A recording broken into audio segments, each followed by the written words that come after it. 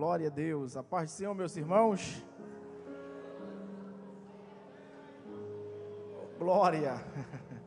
Que bênção, que bom poder estar aqui com os irmãos em mais uma manhã de domingo, para juntos nós meditarmos na palavra do Senhor nosso Deus. E durante todo esse trimestre estamos estudando o livro do profeta Isaías. Chegamos praticamente na metade desse livro. Nós ainda estudaremos pelo menos 27 capítulos desse livro, contando a partir deste domingo.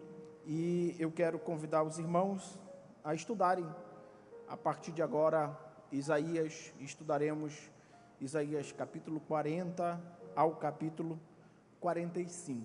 Nós colocamos um tema para guiar o nosso estudo destes capítulos. E o tema é: o poder soberano de Deus para salvar. Esse é o tema da nossa 8ª lição.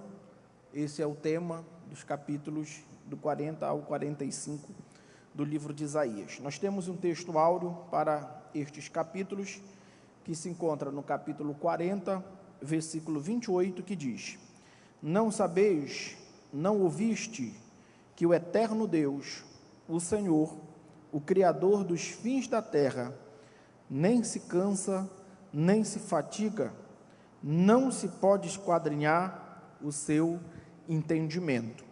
Temos uma verdade prática que diz: a verdadeira salvação vem de Deus. Ele é soberano sobre toda a criação e digno de nossa adoração. Eu quero convidar os irmãos para lerem juntamente comigo Isaías 40, versículo 12 ao versículo 31. É aquela leitura que nós já estamos familiarizados. Eu leio um versículo e os irmãos outro após mim, até nós terminarmos toda a leitura do texto que fora sugerido, né? Isaías 40, versículo 12 ao 31. Amém? Glória a Deus. Vamos ler a palavra do Senhor, que nos diz assim: quem na concha de suas mãos mediu as águas e tomou a medida dos céus a palmos? Quem recolheu na terça parte de um efa o pó da terra e pesou os montes em romana e os outeiros em balanças de precisão?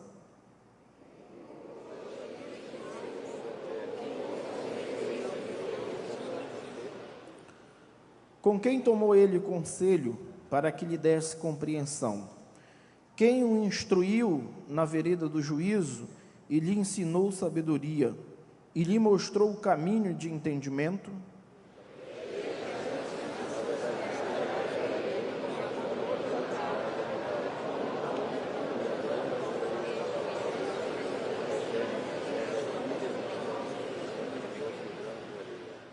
Nem todo o Líbano basta para queimar, nem os seus animais para um holocausto.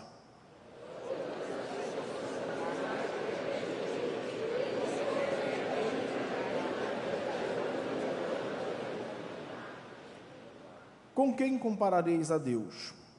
Ou que coisa semelhante confrontareis com Ele?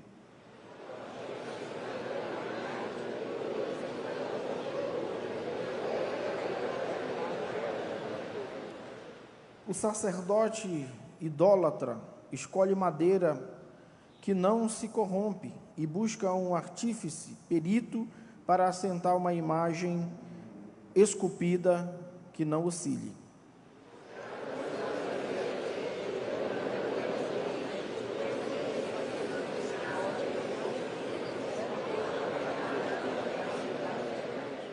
Ele é o que está assentado sobre a redondeza da terra, cujos moradores são como gafanhotos.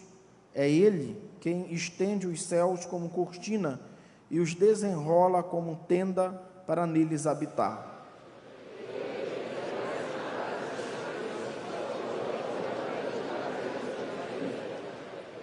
Mal foram plantados e semeados, mal se arraigou na terra o seu tronco, já se secam. quando um sopro passa por eles e uma tempestade os leva como palha.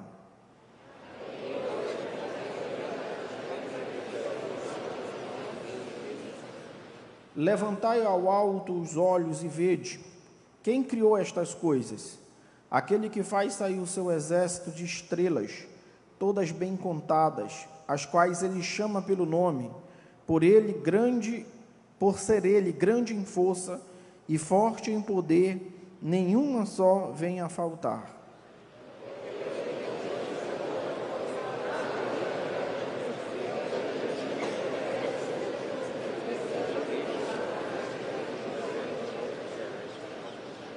Não sabeis, não ouvistes, que o eterno Deus, o Senhor, o Criador dos fins da terra, nem se cansa, nem se fadiga, não se pode esquadrinhar o seu entendimento.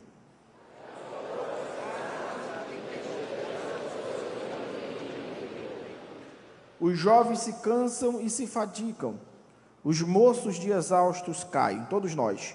Mas os que esperam no Senhor renovam as suas forças, sobem com asas como águias, correm e não se cansam, caminham e não se fatigam. Aleluia. Pai, fala conosco através da Tua palavra, que o Senhor possa revelar uma vez mais a Tua vontade aos nossos corações. Nós te pedimos isto e desde já te agradecemos em nome de Jesus. Amém. E amém. Os irmãos podem assentar-se, glorificando e exaltando ao nome do Senhor, nosso Deus. Queridos, nós vamos a partir de agora, em alguns minutos, meditar em uma porção do livro de Isaías que é de suma importância, para a nossa fé cristã. Esses capítulos, em especial, Isaías, capítulo 40, ao capítulo de número 49, eles têm uma temática, e essa temática gira em torno de um personagem que nos é apresentado como o servo do Senhor. Essa é a grande temática desses capítulos. Mas hoje nós vamos estudar somente até o 45, porque é objeto do nosso estudo, porque esses capítulos falam propriamente dito do servo do Senhor. Mas atenção, eu quero dizer aos irmãos que quando nós falamos do servo do Senhor, aqui em Isaías, especialmente Isaías, e nesses capítulos que vamos estudar, existem algumas nuances que é importante dizer, porque por hora você vai entender na leitura de Isaías que o profeta está mostrando como sendo o servo do Senhor o povo de Israel, o povo do Senhor. Mas há momentos em que o profeta, ele nomeia o servo do Senhor como um dos grandes governantes do mundo antigo, que foi um dos imperadores da Pérsia, do Medo-Pérsia, um grande conquistador da Babilônia, chamado aqui na literatura de Isaías como Ciro. E há também algo de mais eterno no que se relaciona ao servo do Senhor, que é o objeto do nosso estudo, que é o próprio Cristo. Nós vemos que o profeta, ele traz essas nuances quando fala sobre o servo do Senhor. Então, é muito importante nós termos isso em mente quando lermos ou quando fazermos a leitura do livro de Isaías, especialmente desses capítulos, porque você vai ter essa percepção ao longo dessa leitura. Você depois pode, em sua casa, se assentar e fazer essa leitura de uma forma mais dedicada e mais periciosa, e você perceberá isso, que há nas profecias de Isaías, especialmente nesses capítulos, essas nuances. Uma hora você vai entender que é Israel o servo do Senhor, outra hora que é Ciro o servo do Senhor, e depois o servo do Senhor aparecerá com características propriamente ditas eternas, e essas apontam para o próprio Cristo. E é importante dizer que não importa se é Israel ou se é Ciro, como alguns interpretam, mas o importante é que tanto Israel quanto Ciro, no que se relaciona a essa temática, servo do Senhor, apontam para Cristo.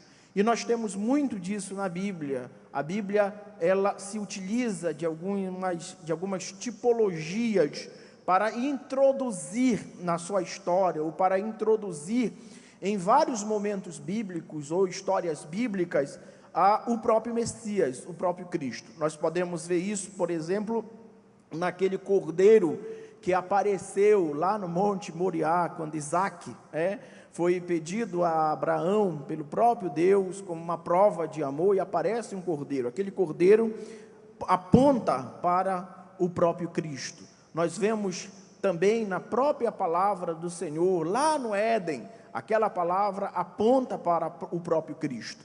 Nós vemos ao longo da Bíblia a aparição de um personagem angelical chamado o Anjo do Senhor. E o Anjo do Senhor, na Bíblia, aponta para o próprio Cristo. Então, isso não é nenhuma novidade. Isaías não traz essa novidade. Isso está em todas as páginas do Antigo Testamento. Afinal de contas, o Antigo Testamento aponta para o próprio Cristo, conforme escreveu o autor da carta aos Hebreus. Tudo que há no Antigo Testamento são sombras das coisas que perfeitamente se revelou, se manifestou no unigênito Filho de Deus. Então, era importante dizer isto, nós termos essa consciência. A partir disto, a partir desta informação, é importante nós, propriamente dito, entrarmos naquilo que necessariamente nós chamamos de contexto histórico. Você pode ver, e já foi falado, especialmente na primeira lição, no primeiro capítulo desse nosso estudo, que é o capítulo de Isaías, que o livro de Isaías, ele tem algumas seções, Há pessoas, só lembrando, que identificam o livro de Isaías como tendo 3 seções. A primeira vai do capítulo 1 ao capítulo 39, a segunda vai do capítulo 40 ao capítulo 55, e a terceira seção vai do 56 ao 66. Mas outros, e eu prefiro mais essa divisão, concordam que Isaías tem apenas 2 grandes seções, ou 2 grandes divisões. A primeira vai do 1 ao 39 e a segunda do 40 ao 66, fazendo assim, ou tornando assim, Isaías uma Bíblia dentro da Bíblia, como no Antigo Testamento nós temos 39 capítulos, e como no Novo Testamento, 29 capítulos. Isaías, 39 livros, e 27 livros, Novo e Antigo Testamento. E como em Isaías nós temos também essa divisão que perfeitamente cabem à mesma divisão da Bíblia. E agora nós estamos entrando naquilo que nós chamamos de a segunda parte do livro de Isaías, capítulo 40. E é importante dizer que há várias interpretações, especialmente ao momento histórico em que essa profecia está descrevendo.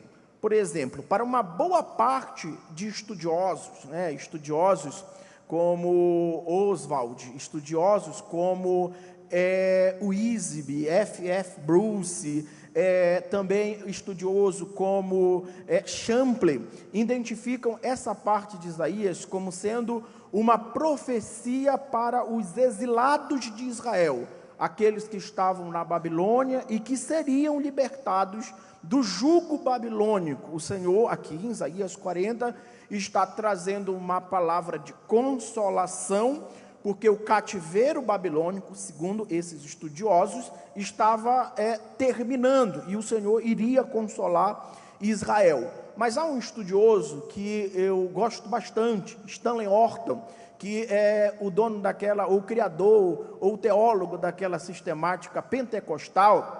Ele acredita que essa profecia necessariamente não abrange somente um momento histórico da vida de Israel de cativeiro babilônico, mas ela abrange todo e qualquer momento de aflição em que o povo de Deus esteja enfrentando. Portanto, para Stanley Orton, essas palavras de Isaías, especialmente o capítulo 40, são palavras atemporais de consolo de Deus para todo o povo do Senhor. Para todo momento em que o povo de Deus estiver aflito, segundo Stanley Orton, essa profecia ela se cumpre perfeitamente. Isso é maravilhoso, porque aqui, segundo esse dado de Stanley Orton, nós podemos necessariamente fundamentar mais uma vez a defesa de que fora o próprio Isaías quem escreveu e quem profetizou a partir do capítulo 40. E por que eu estou dizendo isso? Porque já é sabido dos irmãos que há um certo cisma teológico, uma picuinha teológica, e uma boa parte dos estudiosos acreditam que a partir do 40 talvez não tenha sido Isaías quem escreveu este capítulo, mas nós entendemos que Isaías, ele é o autor de todo o livro, porque há uma unidade literária, há uma unidade de pensamento, há uma unidade teológica. Os temas de Isaías, eles são unidos uns aos outros, de maneira que trazem harmonia, e isso culmina na conclusão lógica de que isto tenha sido obra de um único autor. Então, a partir disso, nós podemos dizer, e quem questiona se Isaías escreveu a partir do 40 ou não, questiona a partir da premissa de que Isaías profetizou todo o cativeiro babilônico, e profetizou a saída do povo de Israel do cativeiro babilônico, e isso não seria cabível, porque Isaías viveu 150 anos antes dessa profecia. Mas eu tenho uma resposta para os desavisados. Isaías não somente profetizou perfeitamente o cativeiro babilônico, como a libertação do cativeiro babilônico, assim também como Isaías profetizou o nascimento do Messias, o sofrimento do Messias, a morte do Messias, a ressurreição do Messias, o reino do Messias, o retorno do Messias, o poder do Messias sobre toda a humanidade. Ou seja, a abrangência profética do livro de Isaías não se dá em apenas 150 anos, mas a abrangência profética do livro de Isaías alcança até os dias de hoje, para a honra e glória do Deus Pai. O final da profecia de Isaías se dá exatamente na eternidade. Isaías viu novos céus, nova terra. Isaías viu o julgamento das nações, o julgamento da humanidade. Isso mostra o quanto perfeita é a profecia que havia nos lábios de Isaías, mostrando que perfeitamente, sim, o profeta não só profetizou, como é o autor de todo esse livro. Então, dito isso, é importante nós entrarmos propriamente dita na divisão desse capítulo, capítulo 40, que fala sobre o consolo divino, o poder de Deus sobre a criação, a força para os que esperam no Senhor. Esses são os temas do capítulo 40 do livro do profeta Isaías. Quando nós falamos de consolo divino, é porque quando você pega do versículo 1 ao versículo de número 11, você verá que essas palavras do profeta Isaías são palavras que apontam para a restauração de Israel, a libertação de Israel de um momento difícil. Nós vamos dizer aqui que esse momento difícil é o cativeiro babilônico, e nós vemos aqui que o profeta já começa esse capítulo dizendo as seguintes palavras: consolai, consolai o meu povo, diz o vosso Deus, falai ao coração de Jerusalém, bradai-lhe que já é findo o tempo de sua milícia, e que a sua iniquidade está perdoada, e já recebeu em dobro das mãos do Senhor por todos os seus pecados. Vemos aqui que o Senhor, através da boca do profeta, anuncia e diz que o consolo é chegado, e esse consolo que é chegado nas palavras de Isaías, eles remetem à verdade de que Israel será liberto e será perdoado. E essas palavras, liberto e perdoado, elas de forma harmônica podem podem resumir para nós aquilo que nós chamamos de a doutrina da salvação, porque a doutrina da salvação, ela é basicamente composta dentro dessa ideia de libertação e perdão de nossos pecados. Então, quando o Senhor diz, consolai Israel, falai ao povo de Jerusalém, que o tempo da sua milícia, do seu labor, de seu trabalho, de seu sofrimento é findo,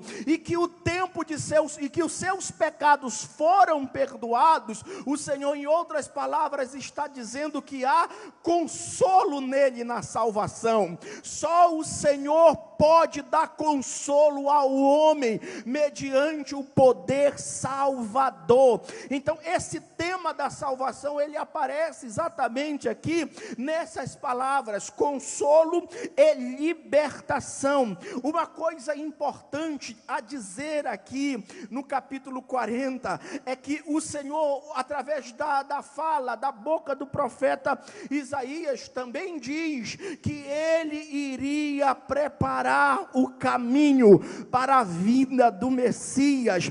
Há aqui uma palavra no versículo de número 4 em diante, onde o Senhor chama, convida o povo, uma voz que clama, e alguém pergunta o que hei de clamar, e a voz diz, toda a carne é erva, e toda a sua glória como a flor da erva, seca-se a erva e caem as flores, soprando nelas o hálito do Senhor. Na verdade, o povo é erva, seca-se a erva e cai a flor, mas a palavra do nosso Deus permanece eternamente. Versículo 9, tu, ó Sião, que anuncias boas novas, sobe a um monte alto, tu que anuncias boas novas a Jerusalém, ergue a tua voz fortemente, levanta, não temas, diz a cidade de Judá, eis aí está o vosso Deus. Oh, a maravilha! Nós vemos que há a voz de pregação em Jerusalém,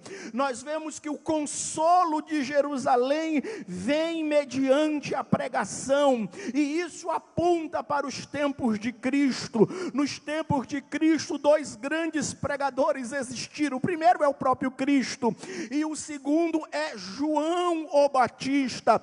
Eles foram os primeiros a subirem nos altos de Jerusalém, uma linguagem metafórica, pregarem a todos os ouvidos de Jerusalém e dizerem, arrependei-vos, porque é chegado a vós o reino dos céus. Vocês percebem que essa profecia do capítulo 40 não somente diz respeito ao cativeiro, mas como diz respeito à condição moral pecaminosa em que Israel estava, em que nós estávamos, mas quando a pregação de consolo do Evangelho, a pregação de salvação do Evangelho, a pregação de boas novas do Evangelho chegou até nós, nós podemos dizer que enfim somos salvos de nossos pecados.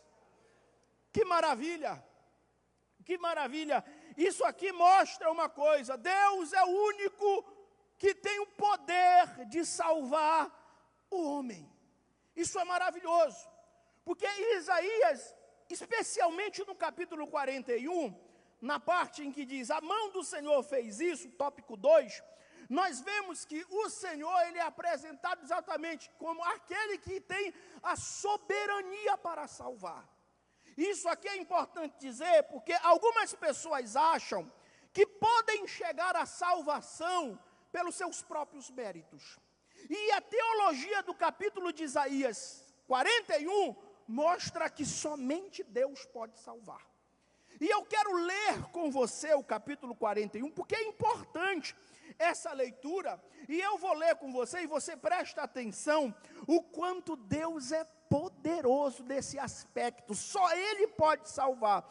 Capítulo 41, olha só como o Senhor diz, calai-vos perante mim, ó ilhas, e os povos renovem as suas forças. Cheguem-se então, falem, cheguemo-nos e pleiteemos. Ou seja, é um convite de Deus para os homens conversarem sobre a salvação. E o Senhor diz: calem-te, calai-vos perante mim, ó ilhas. Ilhas é uma metáfora que representa as nações. Calem perante mim. Vocês não têm poder para se salvarem, vocês não têm poder para alcançar a salvação, então calem-se diante de mim.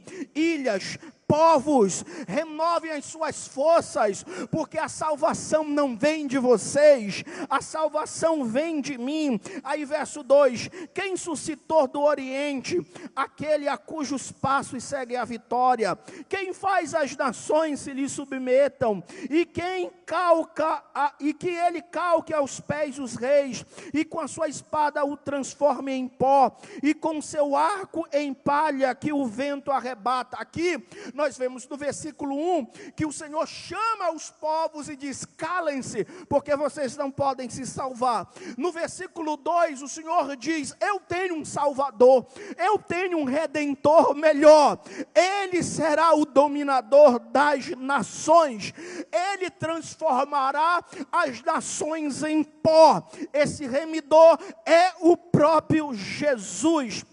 Aí o verso 4 diz: quem fez e executou tudo isso? Aquele que desde o princípio tem chamado as gerações à sua existência.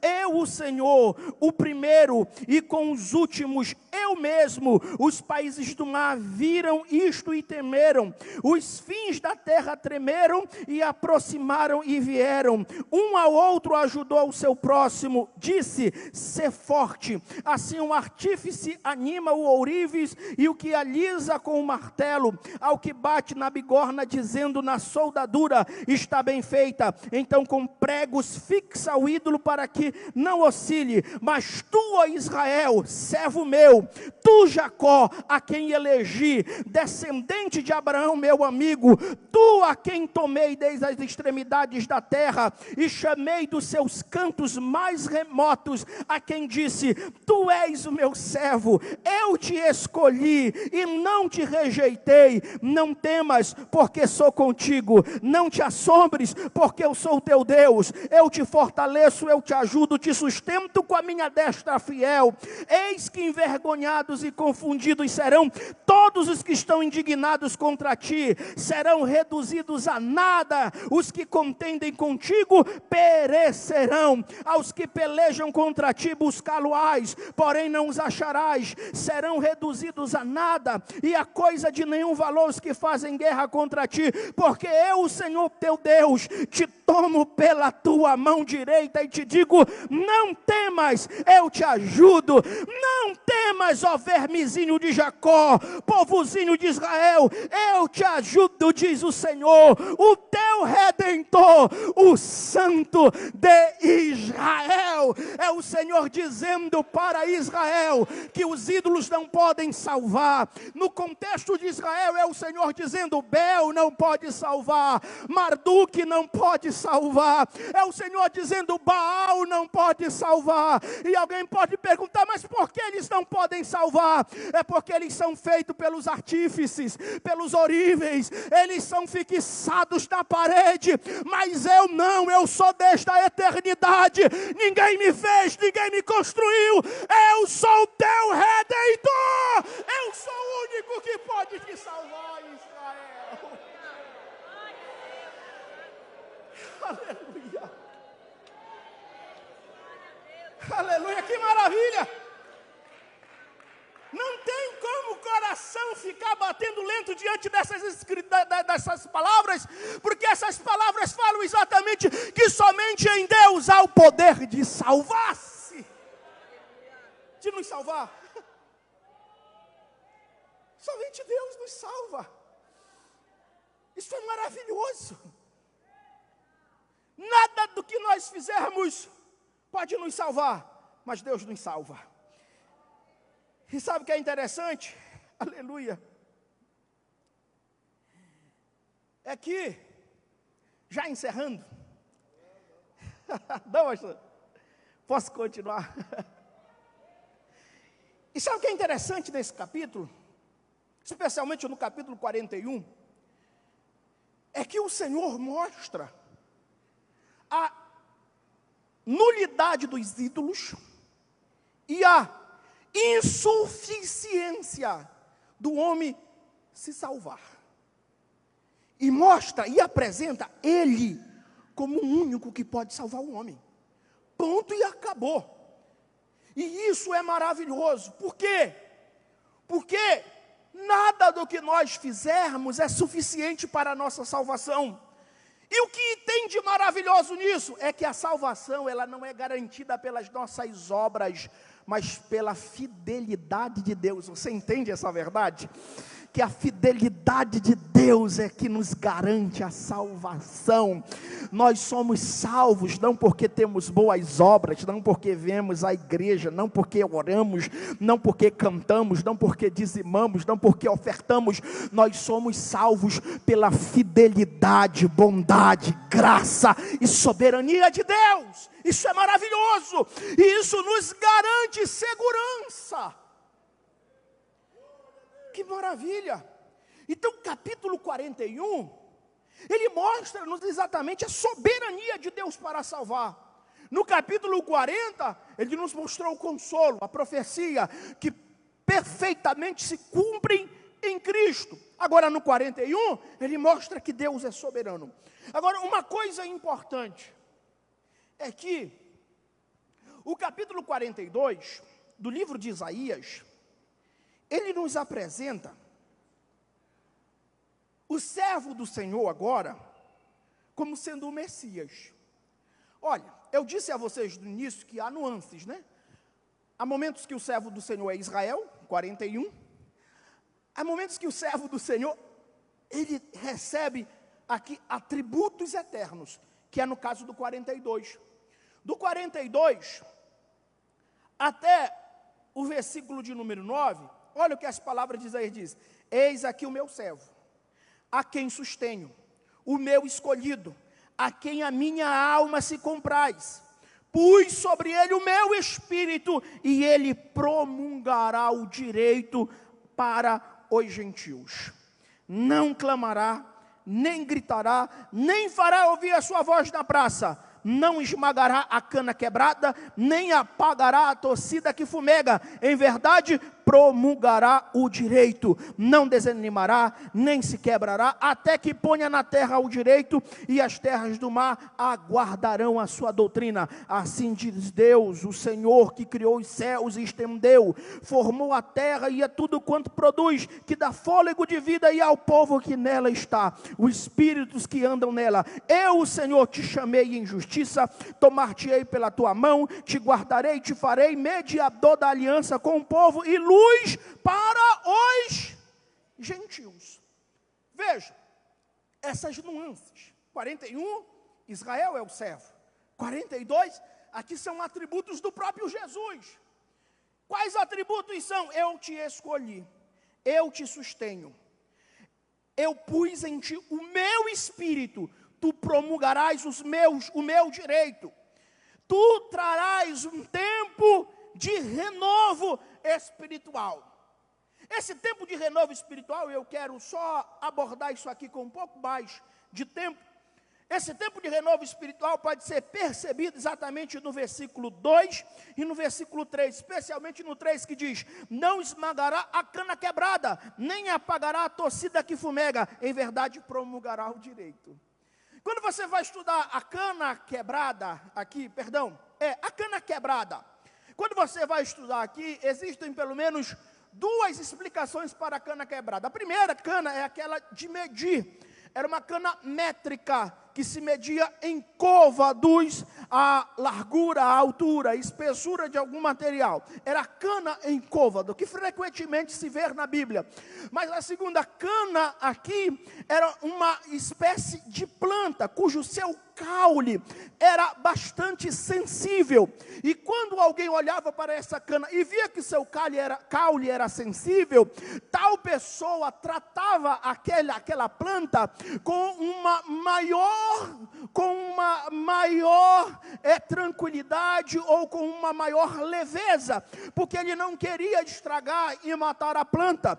Alguns historiadores, alguns intérpretes sugerem que essa cana quebrada aqui não seja necessariamente a cana de medir, mas o caule de uma planta, onde está tipificando que a doutrina de Cristo, ela necessariamente não vem para oprimir os oprimidos, do contrário, ela vem para consolar os oprimidos, ela vem para restaurar os oprimidos. Então o evangelho é exatamente isso, é uma mensagem de consolo para aqueles que estão oprimidos pelo pecado, oprimidos pelo diabo, dizendo que Cristo é o lugar de restauração para onde essas pessoas podem correr e estar. Por isso aqui é um tempo de consolo, é um tempo de restauração, e somente Cristo podia trazer isso. Agora é importante dizer também, que Israel aqui, ele é feito como testemunha de tudo isto. O capítulo 43, o capítulo 44, nós vemos de uma forma mais panorâmica exatamente essa questão. Porque se você for pegar no 44, você verá que os dias do Messias serão os dias em que ele levantará uma posteridade em Israel santa, pura, liberta. Veja, no capítulo 44 nós vemos que agora, pois ouve Jacó, meu servo, ó Israel, a quem escolhi, assim diz o Senhor, que te criou, que te formou, desde o ventre, e que te ajuda, não temas a Jacó, servo meu, ó amado, a quem escolhi, porque eu derramarei água sobre o sedento, torrente sobre a terra seca, derramarei o meu espírito sobre a tua posteridade, e a minha bênção sobre os teus descendentes. Agora, Deus é interessante, Ele mostra que há consolo, Ele mostra que é poderoso em salvar, Ele dá um servo que é o próprio Messias, e agora Ele transforma a posteridade de Israel em testemunhas desse Messias. Você pode glorificar a Deus? Aleluia! Porque a ideia central aqui é que não é somente Israel, o Israel natural, o Israel descendente de Abraão, mas é um Israel que descende do Messias. Que maravilha! E quem é esse Israel que descende do Messias? Nós éramos o jambuzeiro bravo, que fomos enxertados no tronco, na raiz, na história, na genealogia de Abraão, e não é à toa que ele é chamado de o pai da fé, e através da fé em Cristo Jesus, nós somos essa posteridade, testemunhas em que o Senhor diz, derramarei água sobre esses sedentos, rios sobre a terra seca, derramarei o meu Espírito. A igreja, nós somos as testemunhas do poder do Messias. Que maravilha! Que maravilha! E o 45 apresenta agora Ciro. Veja, você percebeu essas nuances, né? Israel, o Messias, Israel, agora Ciro será o servo do Senhor. E se você for estudar isso aqui, talvez te cause espanto, porque Ciro, ele era um governador, um regente de uma nação pagã. E como é que Ciro pode representar a Cristo? Isso aqui nos causa uma certa curiosidade. Mas isso aqui é respondido nas qualidades que Ciro apresenta, qualidades pontuais que Ciro apresenta, que aponta para Cristo. Então, esqueça que ele é um governador pagão, e lembre-se que Ciro aqui será o arauto, ou será, melhor dizendo, o instrumento que Deus vai usar para libertar Israel do cativeiro. Capítulo 45, assim diz o Senhor, ao ser ungido, a Ciro, assim como Cristo é ungido, Ciro também foi ungido, e diz assim, que tomo pela mão direita, para abater as nações ante a sua face, e para descingir os lombos dos reis, e para abrir diante deles as portas que não se fecharão. Eu irei adiante de ti, endireitarei os caminhos tortuosos, quebrarei as portas de bronze, e despedaçarei as trancas de ferro. Dar-te-ei os tesouros escondidos e as riquezas encobertas, para que saibas que eu, o Senhor, o Deus de Israel, que te chama pelo teu nome, por amor do meu servo Jacó e de Israel, meu escolhido, eu te chamei pelo teu nome e te pus sobrenome, ainda que não me conheces. Eu, o Senhor, e não há outro além de mim, não há Deus, e eu te cingirei, ainda que não me conheces, para que saiba até o nascente do sol, até o poente, que além de mim não há outro. Eu sou o Senhor, não há outro. Eu formo a luz, eu crio as trevas, faço a paz e crio o mal. Eu, o Senhor, faço todas as coisas. Por que Ciro aponta para Cristo? Eu já encerro nisso aqui. Por que Ciro aponta para Cristo? Porque Ciro, meu pastor Felipe, é aquela pessoa apresentada na profecia como aquele que irá reduzir as nações ao pó. Aleluia! No contexto de Ciro, ele fez isso. Babilônia, o maior império desse contexto, foi reduzido ao pó. E no contexto de Cristo, Cristo, através da pregação do Evangelho, derrubou o Império Romano, aleluia, derrubou todos os outros impérios.